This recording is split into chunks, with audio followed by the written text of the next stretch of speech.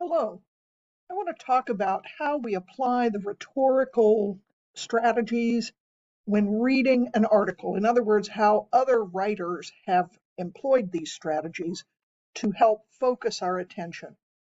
It's not a surprise that Kenneth Goldsmith's article, Go Ahead, Waste Time on the Internet, is an argument that it's okay to waste time on the internet. And he explores what various people mean by saying you're wasting time. Um, in the second paragraph, he says, the notion that the internet is bad for you seems premised on the idea that the internet is one thing, a monolith, when in fact it's many things. And he goes on to talk about the different aspects of the internet that we need to be aware of and pay attention to. Um, he goes on to say in the second page, middle of the first full paragraph there, our time spent in front of the computer is a mixed time, a time that reflects our desires, as opposed to watching TV where you, even if you had a million channels, might be hard to find something that you really want to see. When we're searching the internet, we go to those things that we're really interested in, which in a way is making the best use of our time. So I'd ask you to think about what kind of an argument is he making? Is it ethos based on the credibility of someone? Is it pathos, moving you to love, to hate, to fear, to anger, some kind of emotional response to get you to act? Or is he giving some logical facts about the internet that when you think about the picture that many people have of the internet and what he's suggesting, in other words, compare, contrast. And when you're being asked to compare and contrast, um, sometimes it's pathos, but usually it's logos. And so he's trying to show logically, um, here's what people think the internet is doing, and here's how we are actually using the internet. And I think that's important throughout. And he follows that pattern throughout the whole essay. Um, I'm here in the middle of the second page. Um, so he goes through and he talks about all the arguments that people have against using the internet very much. He says, I keep reading on screens, that is, in the age of screens, we've lost our ability to concentrate, we've become distracted. Okay, so that's the popular perception. Being on the internet means you can't concentrate. And then he counters that. But when I look around me and see people riveted to their devices, I notice a great wealth of concentration, focus, and engagement. In fact, it's hard to pull people off their devices. How is that not concentration and focus? And so, again, he's comparing what most people think to what he's observing, and that is an example of logos. He continues on saying another argument against the internet is that it makes us antisocial. We've lost the ability to have a conversation.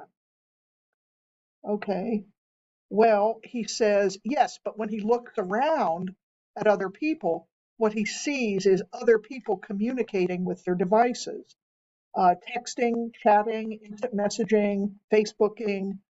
Um, how is this not social? Um, and that, he's got a point.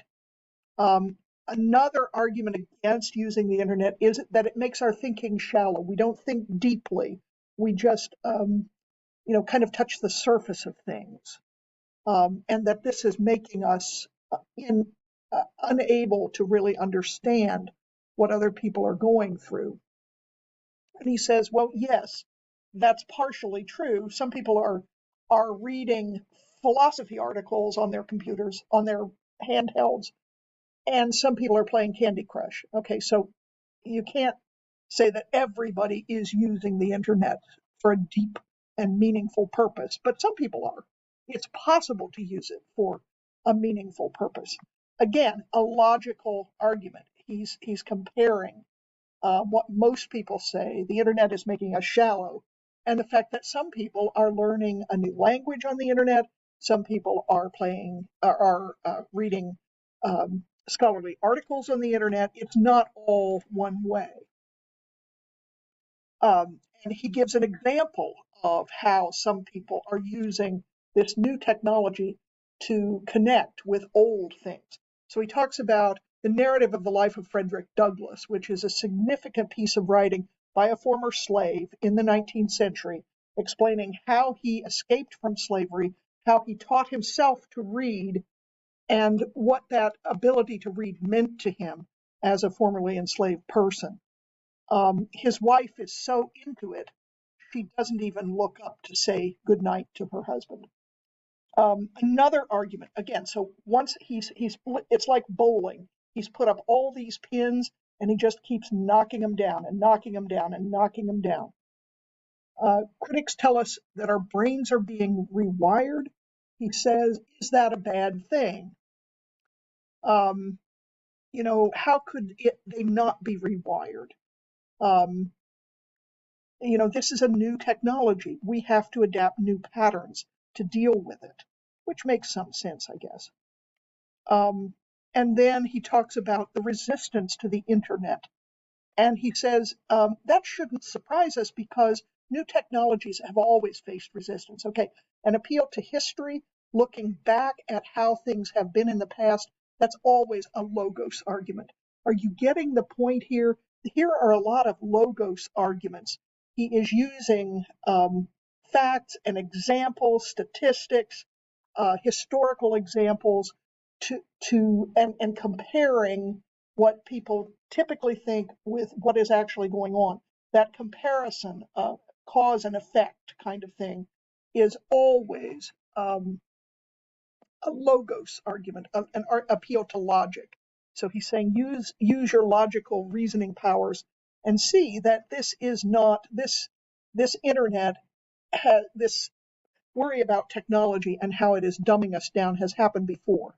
So I'm on page 584, and he says the resistance to the internet shouldn't surprise us. Cultural reactionaries defending the status quo have been around as long as media has. He talks about Marshall McLuhan from the 1950s, who was writing about the effect of television on people's brains. But you can go back to the 16th century scholastic philosophers who were worried that people reading books would shape the way they think in new ways, and that might be bad when that's now kind of our default setting. He then goes to the argument, so he's knocking down each of these arguments one after the other. That last one was, this has never happened before. Oh, yes, it has. It has definitely happened before. And again, when you can give evidence that something somebody is saying is not true, that's a logical argument. Now we come to children. He is talking about the effects of media on children. And this may be a bit more mixed than just logos. When we talk about our families, our precious children, people we love, then we start to cross over into the territory of pathos. If I'm going to entertain an argument that the internet is destroying my child's brain, something like that, then I'm kind of crossing over into pathos territory. It is quite acceptable to think of some arguments are both pathos and logos, and as long as you can explain why they are both pathos and logos, I'll accept either argument or both arguments. Anyway, his argument here at the bottom of 584 is that people are worried that children on using the internet are not going to be able to distinguish real from fake. Well, I think it's not just children that have that trouble. Lots of people have trouble distinguishing whether something is real or fake. So he's saying, yes, that may be a real concern, but it's not necessarily going to hurt children. It's hurting all of us. Then he gives a couple of examples of how children are in fact using the internet, and both of these examples are positive. So the first one is his sister taking away her kids' devices and saying they can't use them unless for an educational purpose in the evening. They have to do something else with their time. When she asks her son the next day why he hasn't made plans with friends, he says, "You took away my phone, so I have no way to make plans." So this again is pointing back to, and is kind of an emotional story. Anytime you have a personal story, a story about kids, a story, illustrations, that is getting into pathos territory. Again, it's logical, but it's also pathos. And then the second little story that he gives about how are kids actually using media and is it hurting them? The story is about the 12-year-old girl who likes goth crafting videos and is trying to show her mom what videos she likes while they're on vacation. And her mom finally realizes that this is not a bad thing. This is a pretty good community for her daughter to be part of. Again, these stories show evidence that the internet is not hurting children, so that's logos.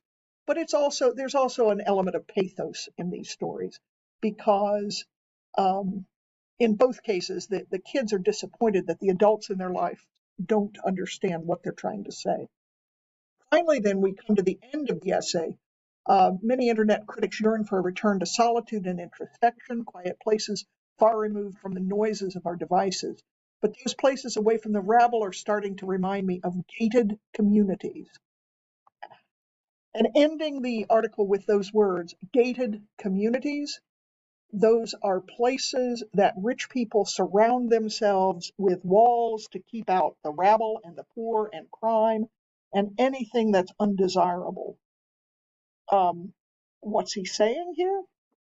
Real life is happening on the internet. And if you're determined not to participate in that, then you are removing yourself from human endeavor. And that may be a bad thing. So I've suggested that the stories on the second set of pages there, 584 and 585, the stories about the kids doing worthwhile things on the internet are examples of both pathos and logos.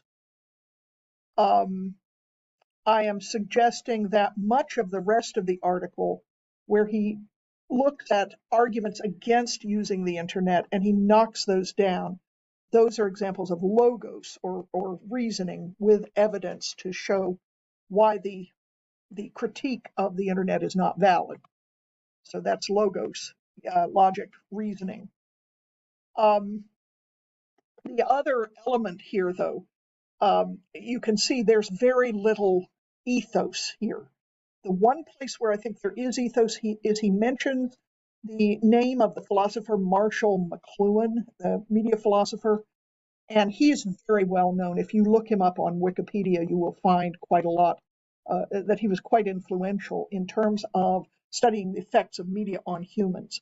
And so, by mentioning this media guru, this author is Kenneth Goldsmith is actually saying, here's a very famous and well-respected philosopher who agrees with me. So I hope this gives you an idea of how you might read an article and see how the author is using those rhetorical strategies to make his or her point.